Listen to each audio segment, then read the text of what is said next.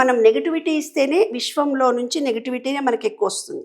అందుకే మీరు చూడండి, కొంతమంది డాక్టరీ చదువుతారు కానీ వాళ్ళకి ఉద్యోగం ఉండదు, డాక్టరీ ప్రాక్టీస్ చేయరు. కొంతమంది పేరెంట్స్ ఫోర్స్ చేయడం వల్ల ఇంజనీర్లు అవుతారు కానీ ఎంఎస్సి పిహెచ్డి ఎంఫిల్ చేసిన వాళ్ళకు ఉద్యోగమే రాదు. ఎందుకు? వాళ్ళకి చిన్నప్పటి నుంచి ఎంఎస్సి ఫిజిక్స్ చదవాలని వాడికి, డాక్టరీ కావాలని వాడికి లేదు, కానీ వాళ్ళ అమ్మ నాన్నకుంది. వాళ్ళు బలవంతంగా డాక్టర్ రికమెండేషన్ పైసలు ఖర్చు పెట్టి అట్లిట్లా వాడిని డాక్టర్ చేయించారు, కానీ వాడు ప్రాక్టీస్ చేయడు.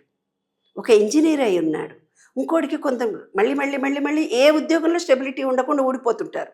అతనిలో ఏముంది? ఏ ఉద్యోగం ఏముంది? ఎక్కడైనా రికమెండేషన్ నడుస్తాయి, ఏ ఉద్యోగం ఉంటే అవి వాళ్ళు అర్థమవుతుందా నాకేమన్నా? ఈ ఫీలింగ్ అతనిలో ఉన్నంతసేపు, నెగటివిటీ ఉన్నంతసేపు జీవితంలో ఎంత గొప్పవాళ్ళైనా వ్యర్థమైన జీవితాన్నే గడుపుతారు. అంటే నేను ఇందాకటి నుంచి మనకు ఒకటే మాట అనుకుంటాను, డాక్టరీ ఇలా చదువు, సైన్స్ తెలుసు, మ్యాథ్స్ తెలుసు, సోషల్ తెలుసు, ఆడిటింగ్ తెలుసు, కానీ జీవితంలో మనం ఎలా బ్రతకాలి, ఎలాంటివి మనం తెలుసుకుంటే మన జీవితం హ్యాపీగా ఉంటుంది, ఆనందంగా ఉంటుంది, సంతోషంగా ఉంటుంది.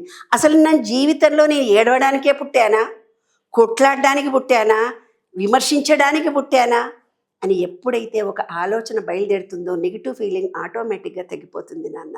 ప్రతి వాళ్ళకి నెగిటివ్ భావాలు ఉంటాయి, మీరు అన్నట్టుగా నెగిటివ్ భావాలు లేకుండా మనిషి ఉండదు.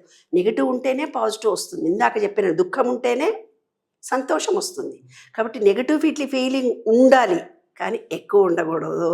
దాన్ని నువ్వు కంట్రోల్ చేసుకోవడానికి మళ్ళీ మీ బ్రీతింగే, శ్వాసతో ప్రాక్టీస్ చేయండి, అనులోమ విలోమం చేయండి, ప్రజెంట్లో ఉంటారు. నా ఆలోచనలను నేను కంట్రోల్ చేసుకోగలను, నా ఆలోచనలు నాలో ఉన్నాయి అని శ్వాసను గమనిస్తూ పోతే, ఎప్పుడైతే నెగిటివ్ ఆలోచన ఉందో అది శ్వాస మీదకి ధ్యాస వెళ్ళగానే మీ శ్వాస ద్వారానే వాళ్ళు హ్యాపీగా, ఆనందంగా, ప్రజెంట్లో ఉండగలరు.